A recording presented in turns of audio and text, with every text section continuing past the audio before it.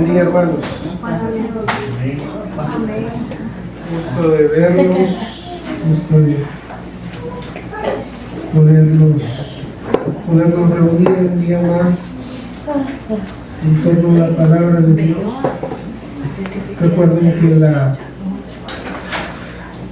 iglesia en Santa Ana está de manera paralela con nosotros, comenzando también los servicios a la misma hora, la escuela bíblica, la predicación, así que oren por ellos, oremos por ellos, que el Señor pueda guiar a nuestros hermanos, el hermano Jaime, su familia que están allá.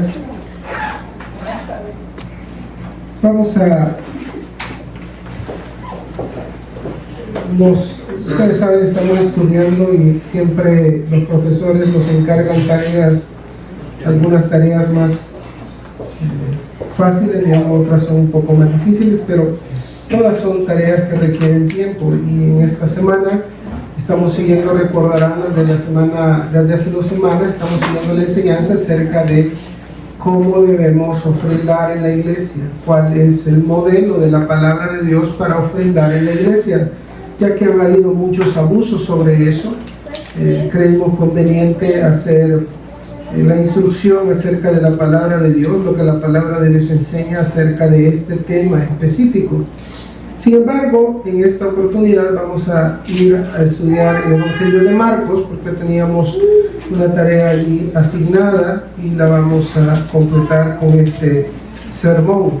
Marcos capítulo 10, versículo 17 al 31. Marcos capítulo 10, versículo 17 al 31. Marcos capítulo 10, versículos 17 al 31. Las historias del Antiguo Testamento son maravillosas y cuando uno las lee, realmente vemos la mano del Señor actuando en la vida de los israelitas del tiempo de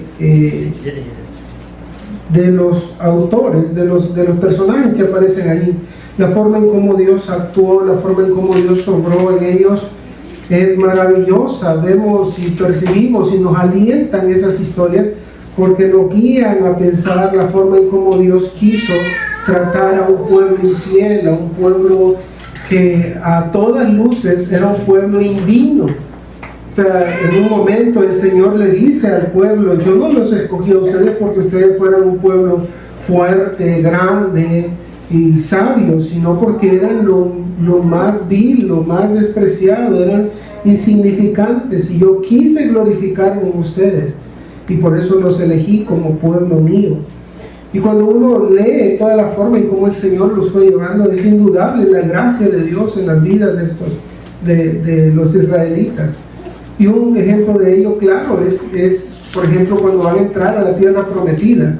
Piensen en ellos, todos ellos han nacido, de hecho, en el desierto, son jóvenes, no están adiestrados para la guerra, nunca han emprendido una batalla.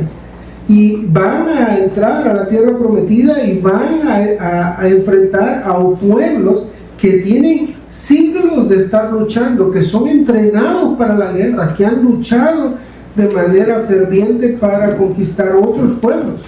O sea, se van a enfrentar, digámoslo así, un grupo de jóvenes, muchachos, inexpertos, sin nada más que las herramientas que tenían para su viaje, a un grupo de soldados élite, a un grupo de soldados que tenían todas para ganar. Y una de las batallas que más impresiona, uno de los momentos más impresionantes, es en Josué capítulo 6, cuando ellos se van o quieren conquistar la tierra, la ciudad de Jericó. Y recuerden allí las palabras que dice que la muralla, el muro de Jericó estaba cerrado, bien cerrado, y que nadie podía entrar. De hecho, era imposible entrar a esa ciudad cuando estaba cerrada. Nadie la podía flanquear, nadie la podía escalar, era imposible prácticamente entrar allí. Es impresionante cómo el Señor les hace que hagan algunas cosas que para uno le podría parecer visibles. Den 7 vueltas por 7 días y al 7º día van a gritar.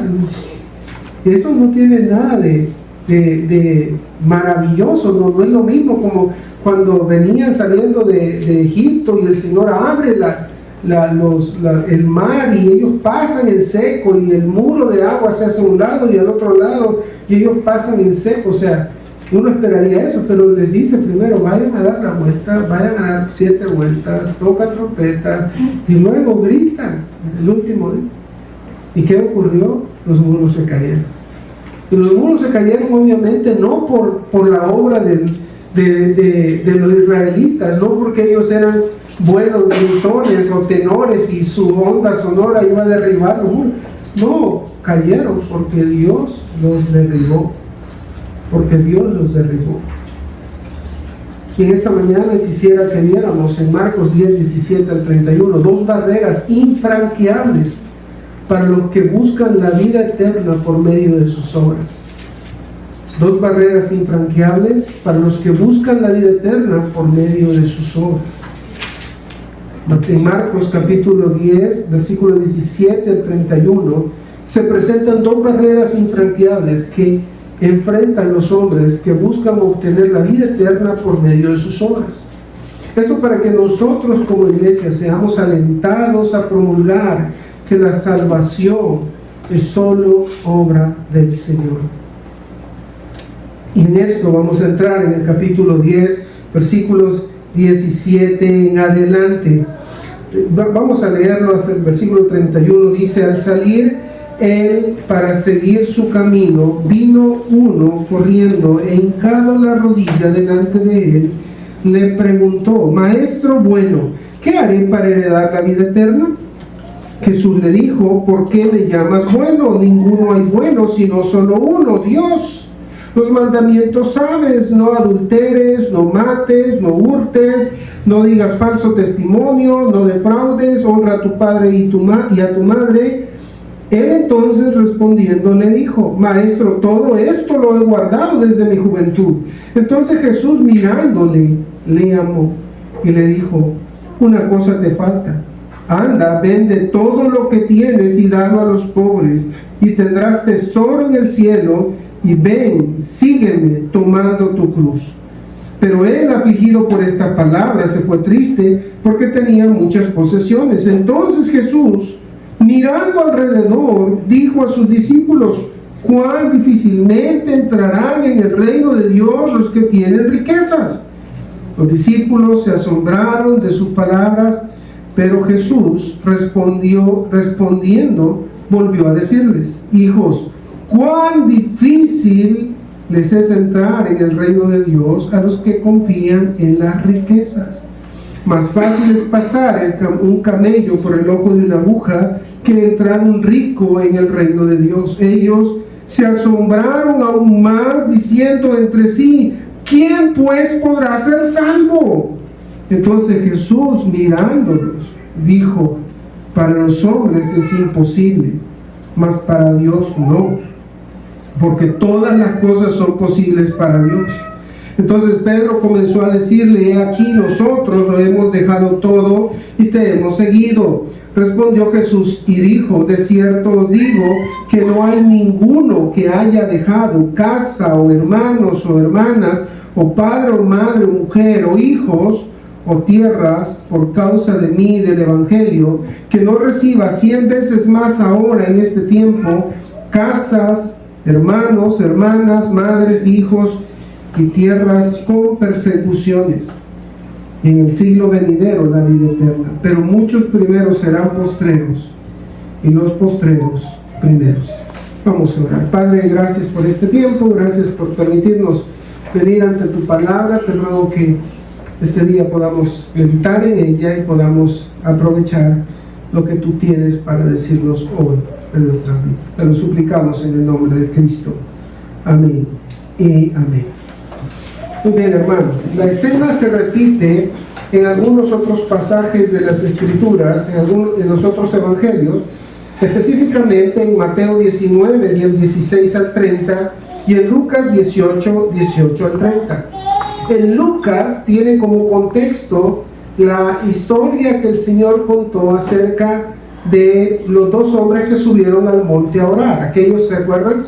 esa parábola, o esa historia, perdón, surge por lo que el Señor había visto en aquellos que pensaban o se veían a sí mismos como justos.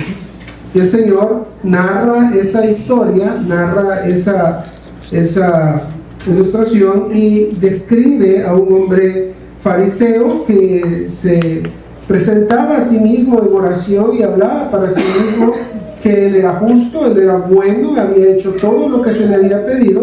Y por otro lado estaba un publicano, un recaudador de impuestos que decía: Señor, sé propicio a mí, pecador. Y el Señor al final dice de que uno volvió a casa justificado mientras otro no. Ese es el contexto en Lucas acerca de este pasaje. En este pasaje reciente, el Señor en el capítulo 10 habla acerca del divorcio y hace la bendición de los niños. El contexto de este pasaje, aunque parece no estar igual de relacionado como el de Lucas, pero sin embargo tiene su importancia y tiene una razón. Noten que Jesús dice que aquí la primera barrera que encontramos en los versículos 17 al 22 es la barrera de justicia propia, y va a ser establecido con esta historia desde el versículo 17 hasta el versículo 22. Noten que esta justicia propia se manifiesta por un hombre que viene delante de Jesús. El pasaje comienza diciendo que Jesús estaba saliendo del lugar donde se encontraba. Por el capítulo 10, versículo 1, sabemos de que él estaba en la región de Judea y al otro lado del Jordán. Además, se sabe que estaba en esa región, se había retirado de esa región, y por Lucas 17:11 sabemos que se dirigía a Jerusalén.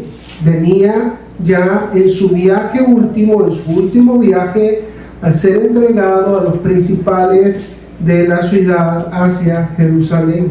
O sea, digamos así, era la última peregrinación del Señor hacia Jerusalén. Y en ese contexto, saliendo él de la ciudad, viene alguien, una persona, viene corriendo. Dice, al salir él para seguir su camino, vino uno corriendo, hincada la rodilla delante de él, le preguntó: Maestro bueno, ¿qué haré para heredar la vida eterna? La forma en que este hombre viene aquí, este hombre rico, se le llama por la expresión principal que se usa allí. Este hombre viene corriendo delante de Jesús. Jesús no sabe quién es él. Él tampoco quizás ha escuchado mucho de Jesús, no era uno de sus seguidores habituales, era una persona que viene corriendo a prisa delante del Señor, y dice que inmediatamente la forma en cómo él se acerca a Jesús es bastante singular. Él viene corriendo, su prisa es obviamente porque Jesús estaba partiendo de la ciudad donde había estado, pero también es cierto que demuestra cierta premura que le había impulsado a buscar a Jesús. Él no podía perder esta oportunidad de hablar con Jesús, ya que él probablemente, a diferencia de los otros maestros, tendría la respuesta. Si este hombre podía hacer tales cosas como él había escuchado que Jesús hacía, él era el hombre clave a quien buscar para responderle esta pregunta. Este conflicto que se había generado en su corazón, este conflicto interno que le impulsaba a buscar ayuda porque sabía que hay algo que necesitaba, pero no sabía qué. Noten que él viene, dice, hincada la rodilla, siendo un hombre principal, como nos lo dicen en los otros evangelios, siendo un hombre importante y probablemente un hombre rico, no le importó y viene delante del Señor y se arrodilla delante de él. Esto no es normal para un rico, no era la forma natural o normal que actuaba un rico. De hecho, un rico no corría, dicen los expertos, y tampoco se arrodillaba. Era algo fuera de lo común. Este hombre está haciendo cosas que no van acorde a su sistema de creencias o de vida en la que él se había criado. Este hombre se arrodilla delante del Señor, y como lo dice En el Evangelio de Lucas se narra la misma historia y nos dice que este hombre era un principal, quizás un magistrado, y en Lucas 8:41 se dice que Jairo, por ejemplo, era un principal de la sinagoga. O sea, esa palabra principal se usa normalmente para referirse a un principal, un hombre de autoridad, quizás un hombre rico o un hombre de autoridad. Jairo era un principal de la sinagoga, y eso nos podría llevar a pensar de que este hombre era alguien influyente, importante dentro de su comunidad, era alguien respetado. Ahora, pero la forma en cómo él viene delante del Señor no la vemos repetida. Otras veces hemos visto a enfermos, pero aún sano, viniendo a Jesús por un problema emocional, un problema de su corazón, no lo encontramos. De hecho, cuando Nicodemo se acerca a Jesús, no se acerca de esa forma. Ahora, noten que la forma en cómo él habla a Jesús también es bastante particular. Le dice maestro bueno, una designación que parece incomodar al Señor, por lo que le dice inmediatamente en el siguiente versículo, no porque Jesús no fuera bueno. Jesús no está diciendo aquí que Él es bueno o no. De hecho, no es el punto, ¿verdad?, del pasaje. Lo cierto es que este hombre, al decirle bueno, incomoda a Jesús, y le responde Jesús que ninguno hay bueno, sino solo uno, y ese es Dios. Alguien podría preguntarse adecuadamente, ¿y qué no Jesús es Dios? Pues ¿por qué le molesta que le digan bueno? Bueno, la razón por la que Jesús le incomoda que le diga bueno, o le molesta que le diga bueno, es porque este hombre quizás estaba acostumbrado a usar esa palabra de manera habitual, de llamarle bueno a cualquier maestro que encontraba. Está usando esa palabra no para hablar de un hombre, de una persona que tiene una perfección moral en todos los aspectos de su vida, sino de una persona a quien él se dirigía con respeto. Era un término de respeto más bien que de convicción de que Jesús era sin pecado, esencialmente bueno, moralmente bueno. A pesar de que más adelante dirá que en cuanto al cumplimiento de la ley, a él le parecía que había hecho eso y había hecho lo bueno.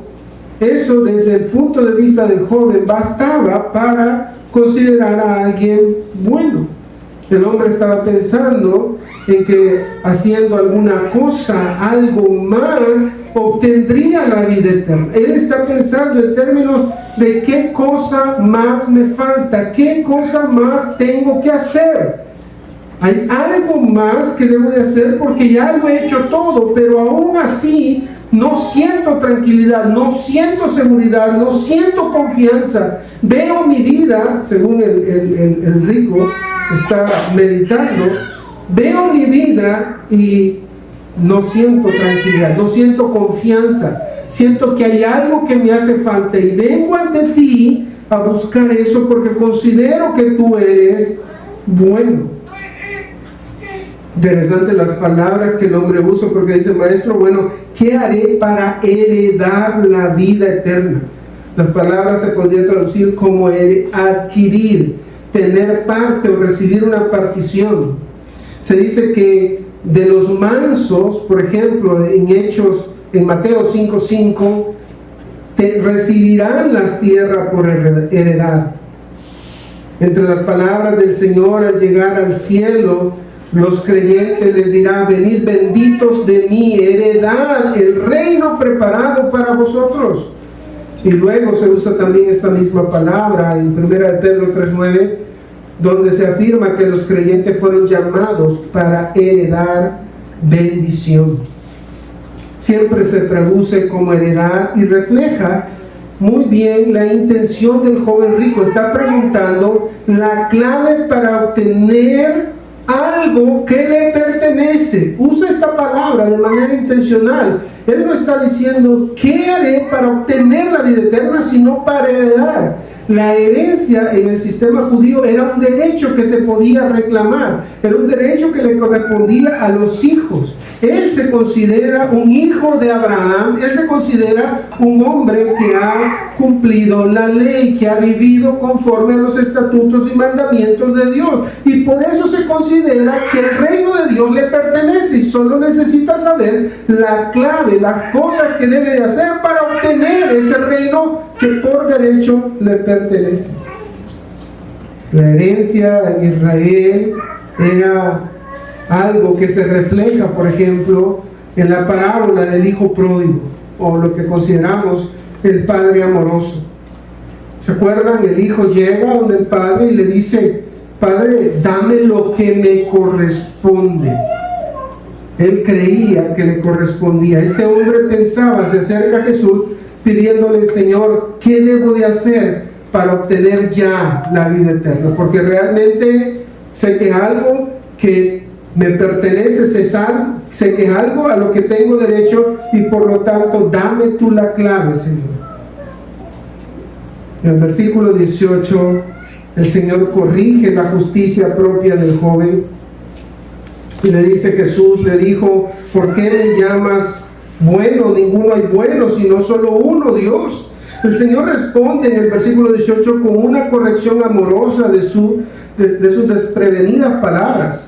Al decirle: ¿por qué me llamas bueno? Ninguno es bueno sino solo Dios. La pregunta que hay que hacerse es si esa palabra le parece tan reprochable al Señor para que se refiera a sí mismo. ¿Por qué la usa en otras ocasiones? Para referirse a personas. Por ejemplo, la palabra bueno se usa en muchas combinaciones y hay que acomodar la traducción según el contexto. Por ejemplo, en Mateo 7:18 habla de bueno en el sentido de la buena naturaleza, el árbol que tiene buena naturaleza, para referirse a ser un símil con los hombres. Del corazón bueno, dice el mismo Jesús, que están preparados para recibir la semilla. ¿Se acuerdan de la parábola del sembrador? De manera que en un sentido moral, frecuentemente de las personas y cosas se usa esta palabra bueno para referirse a ellas. Solo en contadas ocasiones se usa como un favor. La palabra bueno se traduce como favor. Ahora, lo cierto es que aquí el Señor corrige a este hombre debido a la forma tan desprevenida en la que usa esta palabra. Quizás consideraba que todos los maestros como este, de quien está buscando la ayuda, la instrucción, a quien se acerca es uno que es bueno, otro más de los que él consideraba bueno. Como era costumbre en la época, lo mismo pasó con el religioso descrito en la historia del fariseo y el publicano, donde el fariseo creía que era el top de la santidad y que sus rituales le hacían acepto delante de Dios. Cuando el Señor reprende este pensamiento, le está enseñando algunas cosas a este hombre. En primer lugar, es una advertencia directa que bueno en el sentido estricto de la palabra solo hay uno, y ese es Dios. Nadie es bueno. Eso es lo que quiere decir Romanos también cuando nos dice que no hay ninguno bueno, no hay ninguno que sea perfectamente moral y obediente, conformado a la ley de Dios. Lo bueno que se puede observar en un hombre es solo una visión distorsionada de lo que él exhibe, pero no realmente lo que hay en su corazón. Por eso en Lucas 16:15 el Señor Jesús, hablándole a unos religiosos, fariseos y escribas con los que normalmente se enfrentaba, les dice: vosotros sois los que os justificáis a vosotros mismos delante de los hombres, mas Dios conoce vuestros corazones, porque lo que los hombres tienen por sublime delante de Dios es abominación. Este hombre se acerca llamando a Jesús bueno, y Jesús lo corrige diciéndole que no hay nadie que sea bueno, solamente uno, Dios. Y a menos que él considere a Jesús, que Jesús es Dios, no está dispuesto a aceptar este título de este hombre por su pensamiento tergiversado. Ahora noten que la justicia propia es exhibida en los versículos 19 y 20, porque aquí en los versículos 19 y 20 el Señor lo refiere a este hombre que está en busca de la vida eterna, diciéndole los mandamientos, ¿sabes? Le dice: no adulterarás, no adulteres, no mates, no hurtes, no digas falso testimonio, no defraudes, honra a tu padre y a tu madre. En Mateo 19, 17, después de la declaración que no hay ninguno bueno, el Señor dice algo más. Dice: mas si quieres entrar en la vida, guarda los mandamientos. Por supuesto, esto no significa que la vida eterna dependa de los mandamientos o que tengamos que obedecer la ley para obtener la vida eterna. Eso quedará claro más adelante. Sin embargo, el Señor, al decirle o al referirle de que una cosa le hace falta, lo lleva y lo confronta con la ley. Está mostrándole la ley para que él entre o vuelva en sí, para que él caiga en el 20, como dijéramos ahorita aquí en El Salvador, ¿no? Caiga en el 20 para que él vuelva en sí y reconozca. Lo que el Señor hace aquí es llevarlo a la ley, ponerlo frente a frente en la ley. Y es impresionante de que este hombre al escuchar esto tenga una reacción tan distorsionada de lo que es la ley. Ahora bien, sigue diciendo: los mandamientos saben: no adulteres, no mates, no hurtes, no digas falso testimonio, no defraudes, honra a tu padre y a tu madre. Todos estos corresponden a la segunda parte de la ley. Recuerdan, la ley estaba dividida entre la responsabilidad que el hombre tiene delante de Dios. ¿Se acuerdan?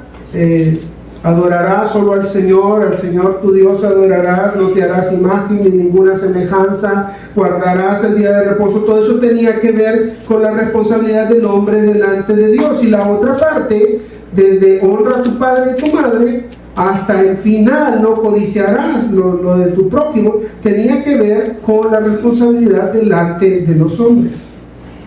Jesús cita exactamente solo la parte que tiene que ver con la responsabilidad que este hombre tenía para con los hombres, lo que refería a la ley y lo que refería a la responsabilidad hacia los hombres. Todos estos mandamientos provienen de Éxodo 20, donde se enumeran los mandamientos que corresponden al trato del hombre con el hombre.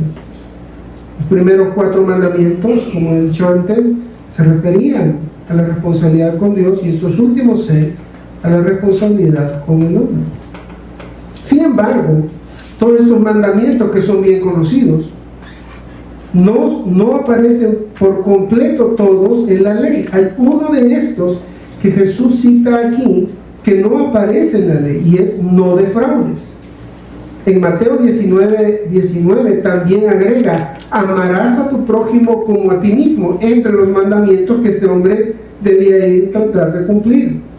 Probablemente no defraudes no es explícitamente de la ley en sí, de los 10 mandamientos en sí, pero sí podría ser considerado como concerniente a la aplicación del mandamiento no robes, por ejemplo. No defraudar tiene relación con no robar.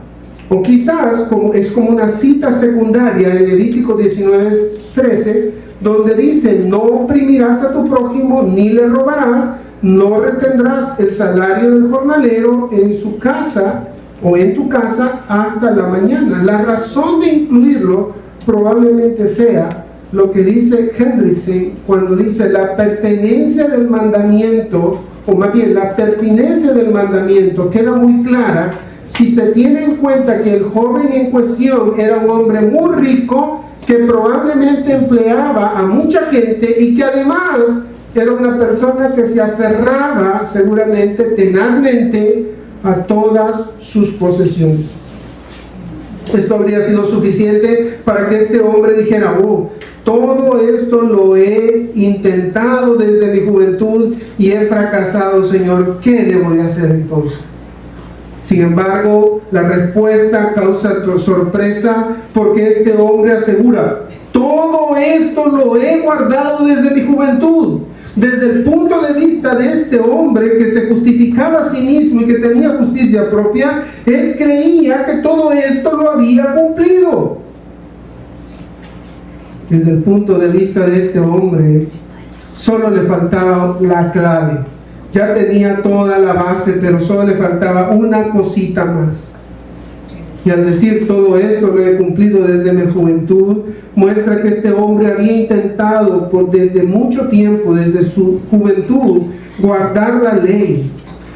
Sin embargo, aunque este hombre cree que ha guardado la ley, se va a enterar un poquito más adelante y se va a desengañar a sí mismo un poquito más adelante de esa falsedad en la que ha creído toda su vida. Esto demostraba que este hombre se había dejado llevar por el entendimiento de los maestros religiosos de su época, quienes, como hemos dicho antes, pensaban que habían cumplido la ley. Pero el Señor ha corregido este falso pensamiento cuando en el Sermón de la Montaña, por ejemplo, afirma: oísteis que fue dicho a los antiguos, no matarás, y cualquiera que matare será culpable de juicio. Eso habían enseñado los maestros. Eso había enseñado la tradición. No, basta con que no mates. De hecho, en la ley se regulaba que alguien podía morir dándole azotes por alguna falta que había cometido, y que lo que se debía hacer para que no se matara había que darle 40 azotes menos uno, porque se consideraba que los 40 azotes de esa persona corría el riesgo de morir. Entonces démosle uno menos para que no muera, pero lo vamos a azotar. Este hombre consideraba de que había cumplido la ley. Pero Jesús, en este pasaje de Mateo 5, 21 y 22, desengañando a todos los que habían pensado igual, les dice: pero yo os digo que cualquiera que se enoje contra su hermano será culpable de juicio, y cualquiera que le diga fatuo, o sea, insensato o inútil, quedará expuesto al infierno de fuego. De esa manera Jesús ponía un estándar, el estándar correcto que Dios le quería dar a la ley, poniendo a los hombres en la penosa realidad de que era imposible guardar la ley, que era imposible guardar un solo mandamiento.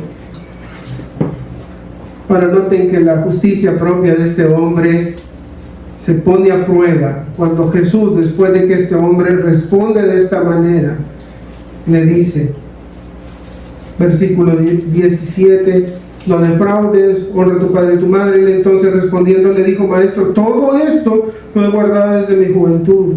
Entonces Jesús, mirándole, le amó.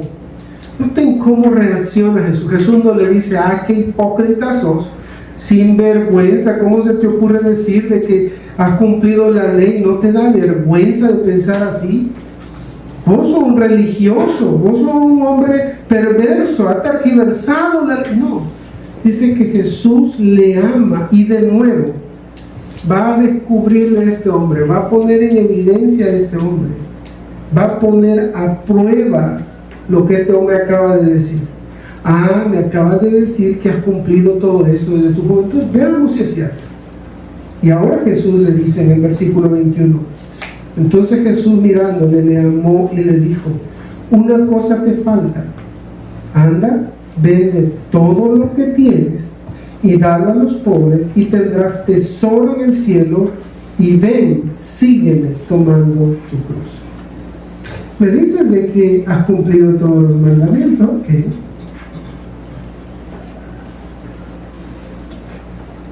Aquí la expresión mirándole habla de una mirada fija, como una mirada compasiva. Jesús le dice una cosa que falta. En Mateo 19, 21 le dice: si quieres ser perfecto. Y en el otro pasaje paralelo, en Lucas 18, 21, le dice: aún te falta una cosa. Por supuesto, Jesús no está diciendo que cumpliendo esto ya ha cumplido la ley y él va a entrar a la vida eterna. Lo que le está llevando es mostrándole, poniendo el dedo en la llaga donde él pensaba que era fuerte, que había cumplido la ley. Ahora le va a señalar que eso era falso, que eso era mentira, que no había hecho tal cosa. Anda, vende todo lo que tienes y dalo a los pobres, y tendrás tesoro en el cielo, y sígueme. Hay 4 imperativos allí: anda, vende, dalo, ven, sígueme. muestra que la demanda va a revelar la ruina total de este hombre.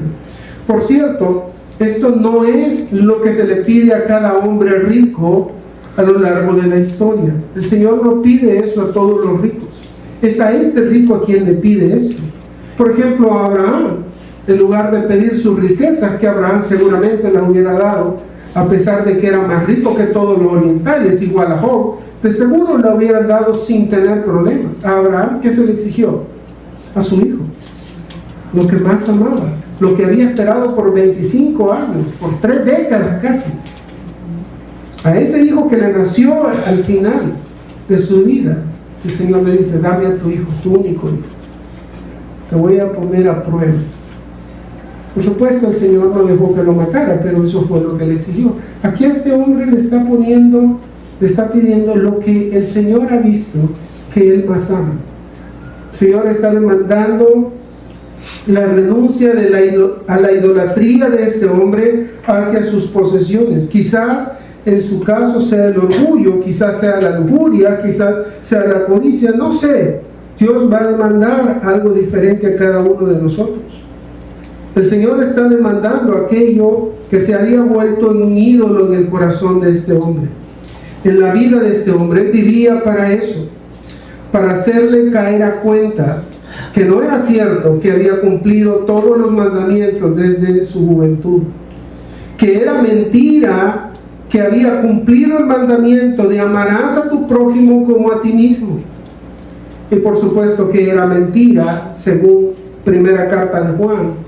Si no amaba a su prójimo como a sí mismo, tampoco amaba a Dios, a quien lo ha visto. La justicia propia es desenmascarada en el versículo 22, porque la reacción del joven mismo la desenmascara.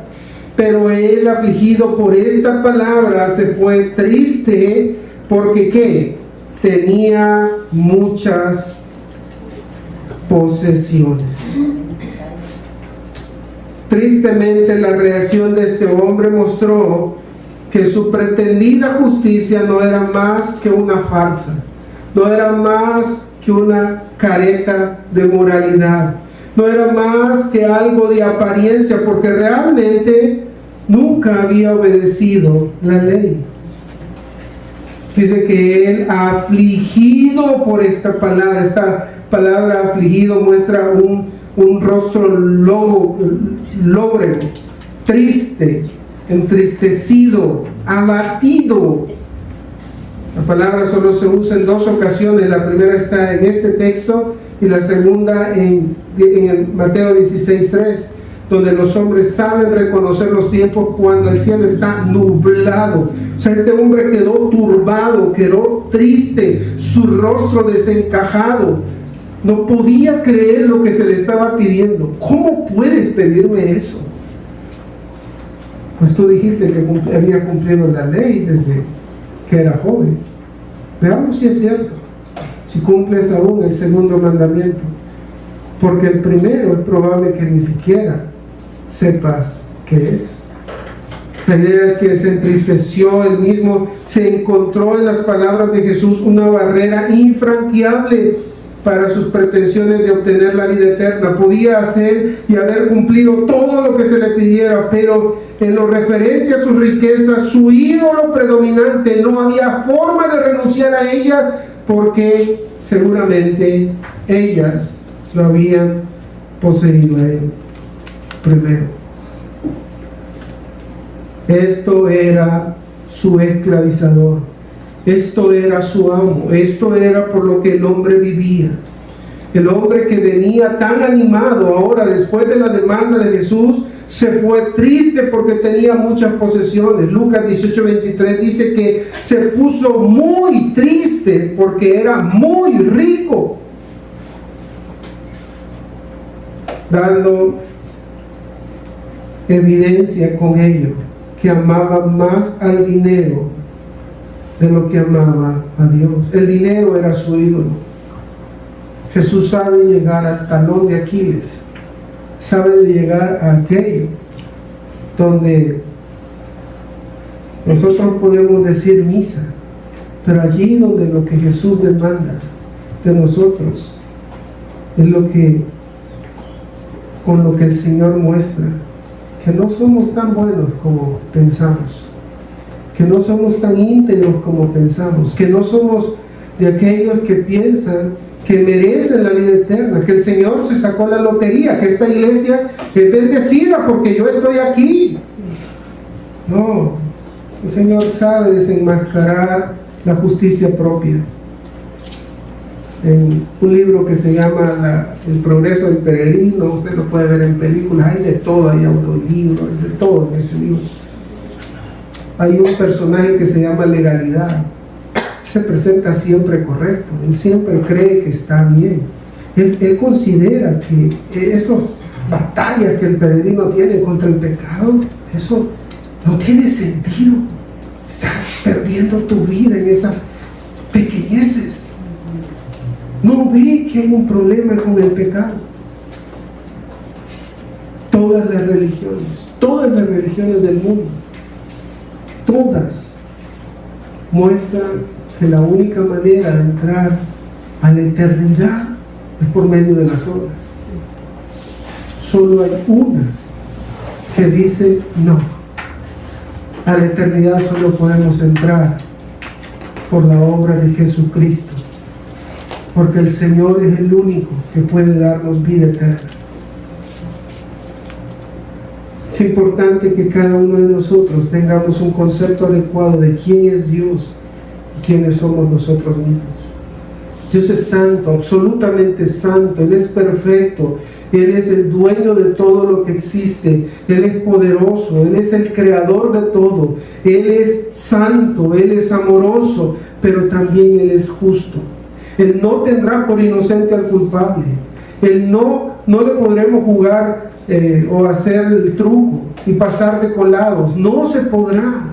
Con Él no hay engaño. Aún los hombres que se consideran más íntegros, que consideran que porque están haciendo algo dentro de la iglesia, quizás predicando, enseñando, se llevarán un triste desengaño en aquel día cuando el Señor les dirá: apartaos de mí, no sé quién soy, nunca os conocí, hacedores de maldad. Hermanos, eso debe llevarnos a la reflexión. Si tú estás pensando que por tu propia justicia, si tú has creído que por las obras que hiciste o quizás haces, estás en buena relación con Dios, estás equivocado. Solo hay una forma de satisfacer la justa ira de Dios, y es la muerte. La muerte, la condenación eterna. El momento más decisivo de tu vida es el momento cuando reconoces que eres incapaz de satisfacer las demandas de este Dios santo, que nunca puedes llegar a ser santo como Él es santo, que no puedes satisfacer la ley de Él, que no puedes cumplir sus mandamientos, que te es imposible vivir la vida que Él demanda, que no puedes alcanzar la vida eterna por tus obras. Ese es el momento decisivo, porque entonces puedes clamar a misericordia a este Dios santo. Es ese momento cuando reconoces tu pecaminosidad y reconoces que no eres nada y que no tienes nada y que toda tu justicia propia es nada delante de Él. Tus mejores obras, le dice Dios al pueblo en Isaías 61, tus mejores obras son como trapo de inmundicia para mí. Lo mejor que puedes hacer, las mejores cosas que puedes hacer para mí son abominación. Y el profeta Jeremías dice: aunque te laves con lejía, la mancha de tu pecado no se quitará. No hay otra manera sino ir a la misericordia de Dios, apelar a la misericordia de Dios, clamar: Señor, sé propicio de mí, que soy un pecador. Esa es la única forma de entrar a la vida eterna. No hay otra. Si tú has estado pensando que porque vienes a la iglesia, porque lees un capítulo de la Biblia, tú ya estás bien delante del Señor, hermano, déjame decirte, necesitas nacer de nuevo. Necesitas arrepentirte. Noten cómo sigue en adelante, porque ahora Jesús, después de mostrar esta barrera de la justicia propia, va a mostrar la barrera del amor a las posesiones. Los versículos 23 en adelante Entonces Jesús, mirando alrededor, dijo a sus discípulos: cuán difícilmente entrará en el reino de Dios los que tienen riquezas. La experiencia con este hombre rico, importante, le da la pauta al Señor para llevar a sus discípulos, instruir a sus discípulos en esta barrera del amor a las posesiones. La barrera del amor a las posesiones es declarada por el Señor en el versículo 23 y 24. Les dice en el versículo 24: los discípulos se asombraron de sus palabras, pero Jesús respondiendo, volvió a decirles: hijos, cuán difícil les es entrar en el reino de Dios a los que confían en las riquezas. Y luego va a poner una ilustración. Pero note que aquí les dice que es difícil que las personas que tengan riquezas puedan entrar en la vida eterna. Ahora la lección se dirige a los discípulos. Esto será crucial para ellos. Ellos que, según recuerdan en Mateo 20, están pidiendo los primeros lugares. Ellos que están peleando por quién va a sentarse a la diestra de Él. Ellos que piensan que al entrar en el reino, al establecer el reino, van a tener las mejores posiciones. A estos pretenciosos discípulos les dirige y les dice: oigan, aquellos que tienen dinero, aquellos ricos, no entrarán al reino de los cielos, no entrarán a la vida eterna. Cuán difícilmente entrarán en el reino de Dios los que tienen riquezas. Difícilmente podríamos concluir que el simple hecho de tener riquezas es una sentencia de condenación. Realmente no es el sentido que Jesús quiere dar. En este caso, en este hombre, eso es lo que se observa. El verbo tener aquí juega una función clave porque habla de aferrarse a algo.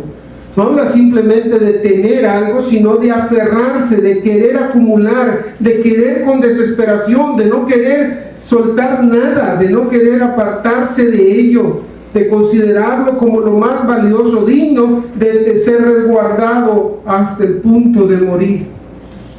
Y solo para pensar en eso, yo siempre me he puesto a pensar lo incoherente que es que alguien esté dispuesto a perder la vida cuando le están a punto de robar un celular. Están dispuestos a perder la vida para que no le roben ese celular. Un celular. Qué triste, hasta dónde hemos llegado. Por una bicicleta han matado a gente. No digamos por un carro. Qué triste. En ese momento parece que no nos ponemos a pensar, cuando nos está asaltando el ladrón, que una cuchillada de este hombre en el estómago me vaya a llevar al hospital por lo menos por un mes. Me van a tener que hacer un lavado, y si ese hombre ha comido pepino o ha pelado papa con esa cuchilla, le va a dejar una gran infección, peor aún. Pero Jesús aquí pone claramente lo que es el sazón de la gente a lo largo de los siglos. Tienen un amor hacia el dinero, aman el dinero. Por eso no es extraño que Jesús desde el principio habló sobre esto. En Mateo 6:21, por ejemplo, Él dice que donde esté nuestro tesoro, allí estará nuestro corazón. Que no podemos servir a dos señores a la vez. Que no podemos servir a las riquezas y a Dios al mismo tiempo. Que o amaremos a uno y aborreceremos al otro, o amaremos al uno y despreciaremos al otro. Y por eso les dice que es difícil entrar en el reino de Dios.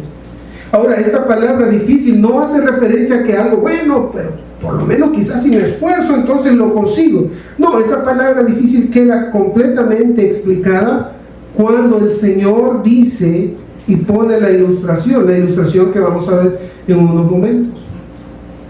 Va a mostrar que eso es imposible. De hecho, en adelante, en el versículo 26, los discípulos dicen: ¿quién pues podrá ser salvo? Cuando tú dices esto, Señor, ¿quién podrá ser salvo? Si dices de que no debemos amar, que difícilmente entrará en el reino de los cielos aquellos que tienen riqueza, No, entonces nadie va a poder ser salvo. O sea, la reacción de los apóstoles es una reacción de admiración, y eso muestra que la palabra difícil no está hablando de algo que sea posible en algún momento si me esfuerzo mucho, sino que es imposible. ¿Quién podrá ser salvo? Nadie. Los discípulos concluyen muy bien. Ante el asombro de los discípulos, Jesús reitera lo que dijo básicamente en el versículo anterior y vuelve a decir, a saber, que es difícil entrar en el reino de Dios. Los discípulos se admiraron en gran manera, fue la reacción ante la declaración del Señor. De hecho, más adelante van a decir, ¿quién podrá ser salvo? Esto confirmaría de alguna manera lo radical de la declaración del Señor. No es simplemente que sería algo difícil pero posible, sino algo difícil e imposible. A eso se refiere. En el versículo 26, 25, el Señor lo va a ilustrar de esta manera. Dice, más fácil es pasar un camello por el ojo de una aguja que entrar un rico en el reino de Dios. Ustedes saben que, yo sé que ustedes han escuchado la explicación de ese pasaje. Hay algunos que han dicho de que bueno, que esto se refería, que ya que la palabra para camello es muy similar en griego a la palabra cuerda, que aquí lo que Jesús está diciendo, bueno, que es difícil meter una cuerda por el ojo de una aguja, pero que al fin puede pasar. Otros han dicho de manera más imaginativa y creativa, han dicho de que, bueno, que lo que pasaba es que en los muros de Jerusalén había pequeñas puertecitas que se les llamaban ojos de aguja, y que lo que pasaba es que los mercaderes, para poder entrar cuando las puertas estaban cerradas, tenían que golpear las patas de los camellos y hacerlos que se arrodillaran, quitarle su carga y poderlos pasar ahí. Pero lo curioso es que la arqueología no confirma que hayan habido tales puertas ni que haya habido tal práctica. De hecho, si eso fuera así, eso simplemente diría que es difícil pero que es posible, ¿sí? Pero noten lo que sigue diciendo el Señor en el versículo 27. A la respuesta de los discípulos, que dicen, ellos se asombraron aún más diciendo, ¿quién pues podrá ser salvo? Entonces Jesús, versículo 26, dice, versículo 27, perdón, dice, entonces Jesús mirándolos dijo, para los hombres es imposible, note, definida la palabra difícil arriba, para los hombres esto es imposible. ¿El qué es imposible? Obtener la vida eterna, ser salvos. A los ricos eso es imposible. Para los hombres es imposible, mas para Dios no, porque todas las cosas son posibles para Dios. ¿Note? ¿Qué es lo que está enseñando el Señor aquí? La barrera del amor a las posesiones solucionada. Mirándoles de la misma manera que había visto al joven rico, quizás con compasión, con ternura y amor, de la misma forma compasiva y tierna con que miró al joven rico, ahora se dirige a sus discípulos. Ellos también recibieron el amor de la compasión de su amado Señor al decirles, para los hombres esto es imposible. La declaración del versículo 27 entonces deja sin lugar a duda que la clave aquí está en que es imposible para un ser humano alcanzar la vida eterna por medio de sus obras, ni aún si diera todas sus riquezas. Nadie puede salvarse a sí mismo por sus propios méritos o su propia voluntad. Nadie puede nacer por sí mismo. Es Dios quien lleva a cabo tal operación, y ahora se reafirma eso cuando el Señor dice, pero para Dios todas las cosas son posibles, porque todas las cosas son posibles para Dios. Esto fue lo que aprendió Nicodemo, que el viento sopla de donde quiere y no sabes de dónde viene ni a dónde va. Esto es lo que aprendieron otros cuando el Señor en su palabra nos dice, si el Hijo os libertare, seréis verdaderamente libres. Solo Dios puede traer vida a un corazón entenebrecido que está ciego debido al mundo y muerto espiritualmente. Solo el Señor puede dar vida a los huesos secos. No hay otra posibilidad. El Señor con este versículo 27, pone en claro que no hay ninguna posibilidad para los hombres obtener la vida eterna por medio de sus obras. Solo para Dios es posible hacer esto. Solo para Dios le es posible dar vida eterna. Noten que aquí realmente queda claro que este joven rico no solo fracasó por su pretendida justicia propia, sino que cuando el Señor tocó el punto clave de su vida, la fuente de su idolatría, dio evidencias de que no había cumplido nada, que no había obedecido en nada al Señor, que aunque se había forzado a ser moral, a ser correcto delante de los hombres, delante de Dios, era un vil pecador que necesitaba de la gracia de Dios, que necesitaba de su perdón, que necesitaba de su regeneración, que necesitaba ser hecho de nuevo, una nueva criatura. Ahora, la barrera del amor a las posesiones es intercambiada en los versículos 28 al 31, porque ahora el Señor le va a enseñar a sus discípulos otra lección más. Ya les enseñó de que aquellos que aman el dinero no van a entrar a la vida eterna, sino por la obra de Dios en sus vidas. Y en el versículo 28 entonces Pedro comenzó a decirle: he aquí nosotros lo hemos dejado todo y te hemos seguido. En los otros versículos, en los otros textos paralelos, parece que Pedro está sugiriendo, bueno, y entonces a nosotros ¿qué nos va a tocar? Porque nosotros hemos hecho lo que le pediste a este hombre, y nosotros ¿qué vamos a obtener de eso? Y ahora viene la respuesta de Jesús. Respondió Jesús y dijo: de cierto os digo que no hay ninguno que haya dejado casa o hermanos o hermanas, padre o madre, o mujer o hijos, o tierras por causa de mí y del Evangelio. Noten, por causa de mí y del Evangelio. No es por cualquier causa. No es porque yo fui negligente, no es porque yo fui despilfarrador, no es porque yo fui... No. Por causa de mí y del Evangelio. Que no reciba 100 veces más ahora en este tiempo casas, hermanos, hermanas, madres, hijos y tierras con persecución, y en el siglo venidero la vida eterna. Ahora, ¿qué está diciendo aquí Jesús? ¿Qué está diciendo el Señor? No hay ninguno que no vaya a recibir. No hay nadie que haga algo por el Evangelio que no le vaya a ser recompensado. Eso es lo que nos dicen las Escrituras también en el tribunal de Cristo, donde se recompensará a los creyentes, cada uno según lo que cada uno ha hecho. Algunos recibirán reprimenda por las cosas que han hecho que van en contra de la palabra de Dios. Y ustedes saben, una reprimenda para cuando uno ama a alguien, cuando éramos pequeños y amábamos a nuestros hijos, amábamos a nuestros padres, perdón, cuando ellos nos reprendían, nos dolía más que nos reprendieran que el hecho de que nos golpearan, que nos castigaran.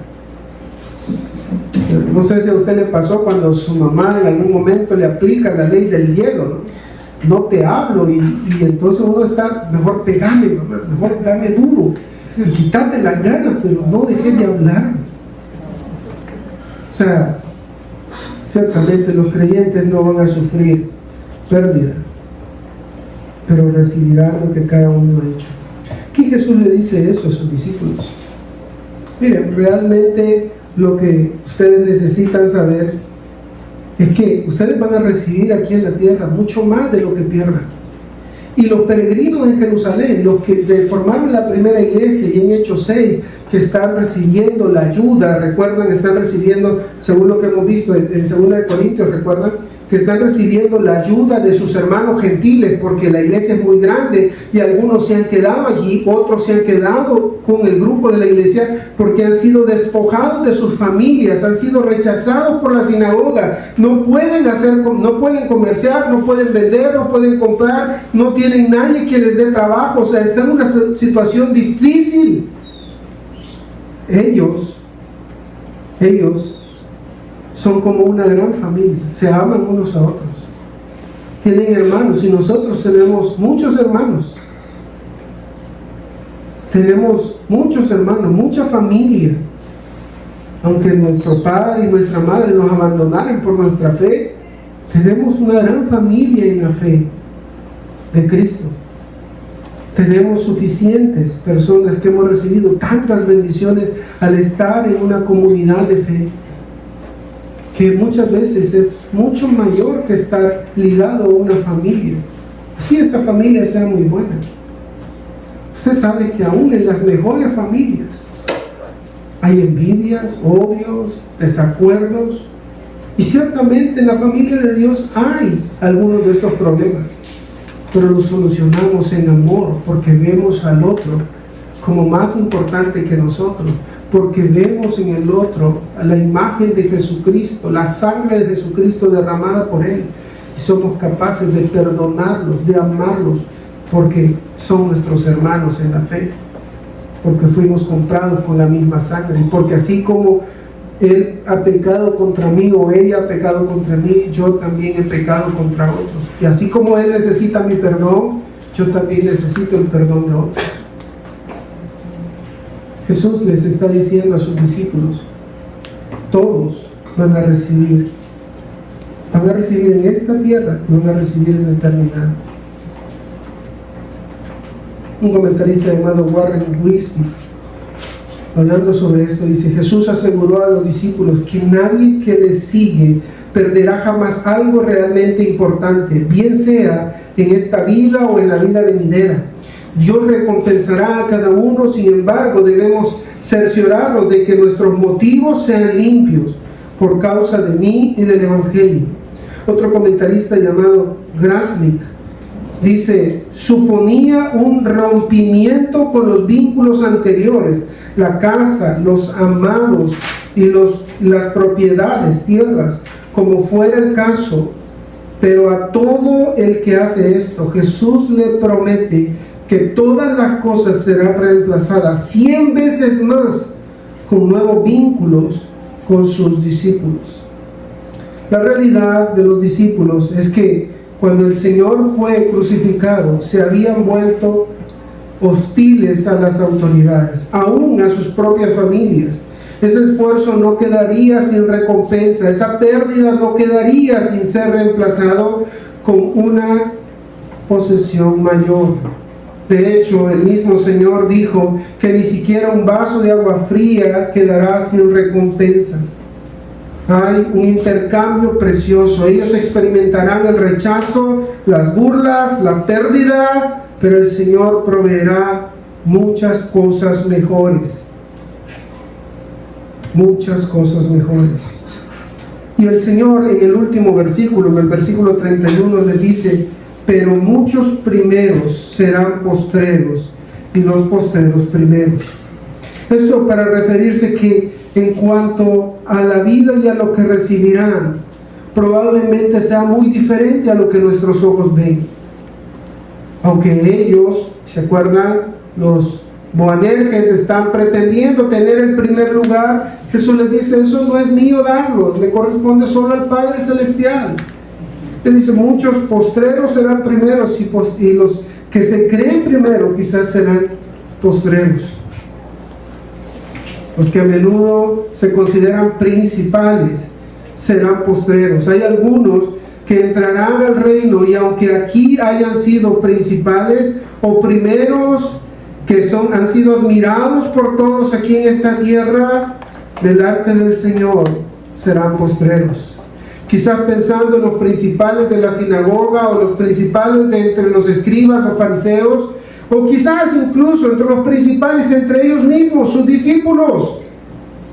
Algunos de ellos que son principales ahora serán postreros en el reino.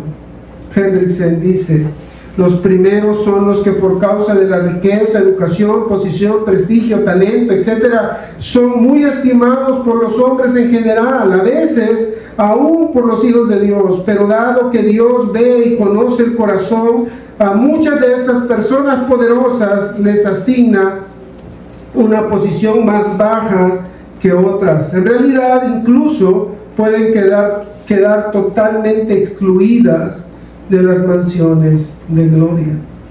La barrera de las riquezas, del amor al dinero, del amor a las posesiones, no puede ser sobrepasada. No puede entrar alguien que ame a las riquezas de la misma forma que a Dios. Nadie puede amar a las riquezas y a Dios al mismo tiempo. O amarás a uno y aborrecerás a otro. Una historia trágica que ejemplifica esto es el caso de Acán, siempre en el libro de Josué, ¿recuerdan? Acán tenía la tierra prometida, iban a recibir, más adelante el Señor les dice que tomen lo que puedan, todos los despojos de los pueblos conquistados. Pero en este caso, en el momento que se refiere, en el caso de Jericó, Él les dice que no pueden recibir, no pueden tomar nada del anatema, no pueden tomar nada, absolutamente nada. Todo tiene que ser quemado, todo tiene que ser dejado allí. Y sin embargo, Acán se atreve por amor al dinero, a tomar del anatema. Y lo esconde, ¿ustedes se acuerdan? Y el Señor lo descubre. ¿Se acuerdan cómo lo descubre? Cuando Josué llega: hemos perdido la batalla, Señor, ¿qué no dijiste que nos iba a dar victoria? Le dice el Señor: hay pecado en el pueblo, ve, investiga. Y van y ven, y Acán al final confiesa y dice: sí, yo tomé porque realmente lo vi tan apetecible, ese manto babilónico y ese egipcio, perdón, o babilónico, no recuerdo, y tomé esa pieza de oro. Realmente pensé de que iba a ser bueno, pero ya vi que fue malo. ¿Se acuerdan qué es lo que pasó? Acán fue llevado prisionero, fue apedreado, pero no solo eso, fue quemado él y toda su familia. Hermanos, piense en cuántas personas que comenzaron bien el camino de fe ahora no son más que pobres ricos. Y lo digo así: pobres ricos. Tienen dinero, pero realmente no tienen nada. Piensen en los apóstoles de la prosperidad. Algunos de ellos comenzaron bien la obra, algunos de ellos comenzaron haciendo bien las cosas, pero por amor al dinero cayeron en muchos dolores. Se perdieron. Realmente no es que ellos hayan perdido la salvación, nunca fueron salvos. Aparentaron piedad, aparentaron de que eran buenas personas, aparentaron que amaban a Dios más que sobre todas las cosas, aparentaron que amaban a su prójimo como a sí mismos, pero realmente al final descubrieron que lo único que amaban es el dinero. Hace unos años un profesor del seminario dijo esta expresión y me quedó grabada: algunas personas aman las cosas y usan a las personas, cuando en realidad lo que deberíamos de hacer es usar las cosas y amar a las personas. Hermanos queridos, es importante que usted y yo meditemos. Puede ser que usted diga: bueno, yo no tengo problemas con el dinero, no tengo problemas con la riqueza. Y un hermano decía: no, yo no tengo problemas con el dinero porque no tengo. Pues sí, puede ser que ese sea su caso. Pero piense, ¿será que usted está idolatrando otra cosa? ¿Será que por amor al dinero está dispuesto a vender todo? A cambiar todo, a cambiar su destino eterno. ¿Será que por amor al dinero usted está dispuesto, un predicador está dispuesto a cambiar la fe, a tergiversar la fe, a apartarse de la fe, a manipular la fe? ¿Será que por amor al dinero una persona está dispuesta a abandonar la iglesia, a abandonar la comunión con sus hermanos por amor al dinero?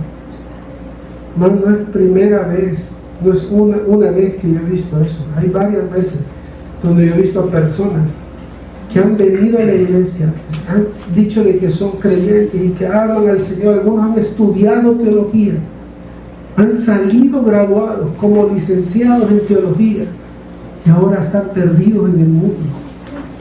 No van ya a ninguna iglesia, no les importa la iglesia, no les importa Cristo, no les importa la fe, no quieren nada que saber con la fe. Andan corriendo para arriba y para abajo, montañando, haciendo bicicleta, no importándoles la fe, no importándoles Cristo, no importándoles sus hermanos, no viendo la necesidad de congregarse. No es la primera vez. El amor al dinero ha perdido a los muchos. De hecho, Pablo dice que de los maestros que se cuiden del amor al dinero, porque por ese pecado, por el amor al dinero, han perdido todo muchos, se han perdido muchos. Es importante que meditemos. ¿A quién amo yo? ¿Qué es lo más importante para mí? ¿Qué es lo que más amo en este mundo? Porque eso que más ama en este mundo, ahí es donde está su corazón. Y eso donde está su corazón es lo que realmente usted y yo adoramos. Si es Dios, lo más importante será Dios. Si es Dios, lo más importante será Él sobre todas las cosas. Es que voy a perder de no vender, dice alguien. Si es Dios lo más importante, ¿qué son $10 que voy a ganar en un negocio? Voy a perder la comunión con mis hermanos un domingo por ganar $10, $15, $20, $30, $50, $100. ¿Qué es lo más importante para usted? Hermanos, meditemos. ¿Dónde está su corazón? Y si usted está en este pecado, venga a Jesucristo.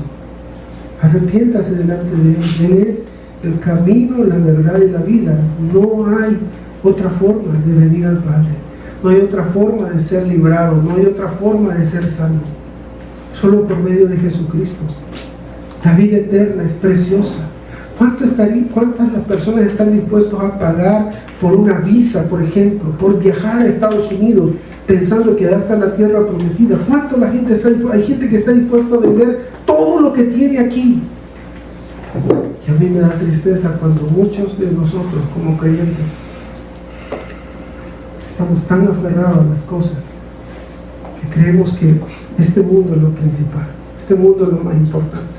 Hay algunos de los pastores que yo he conocido están más enterados, más dedicados a construir un templo, a hacer que el templo sea bonito, pongámosle cerámica, pongámosle todo, consigamos buses, mandemos a traer gente, porque realmente lo que más les importa son las cosas de este mundo.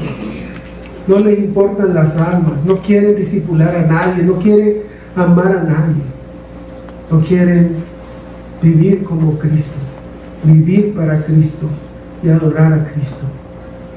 Tienen un concepto muy tergiversado de lo que es el Evangelio, de lo que es la iglesia. Pero nosotros debemos reflexionar. Puede que usted no tenga este ídolo del dinero, puede ser que su problema sea el orgullo, sea la arrogancia, el amor por sí mismo, qué sé yo. Examínese, examinaos a vosotros mismos, dice Pablo, para ver si estáis en la fe. No se engañen, no os engañéis, Dios no puede ser burlado, hermanos. Si usted ama alguna otra cosa antes que a Dios, usted necesita arrepentirse, necesita creer en Jesucristo, necesita venir delante de Él, pedir perdón y suplicar que tenga misericordia, porque Dios no tendrá por inocente al culpable y nadie va a engañar a Dios. todos los enemigos. Vamos a orar, hermanos. Padre, te damos gracias por este tiempo. Gracias por habernos permitido meditar en tu palabra, Señor, contemplar tu belleza. Gracias por permitirnos ver esas barreras que aquellos que buscan la vida eterna por medio de sus obras no pueden flanquear, no pueden cruzar. Es porque su amor, su mente y su corazón está puesto en este mundo, Señor. Ayúdanos a cada uno de nosotros, que examinándonos a nosotros mismos podamos ser honestos delante de ti, confesar nuestros pecados, pedir perdón, buscar tu perdón, Señor. Ayúdanos a honrarte, te lo suplicamos en el nombre de Cristo. Amén y amén.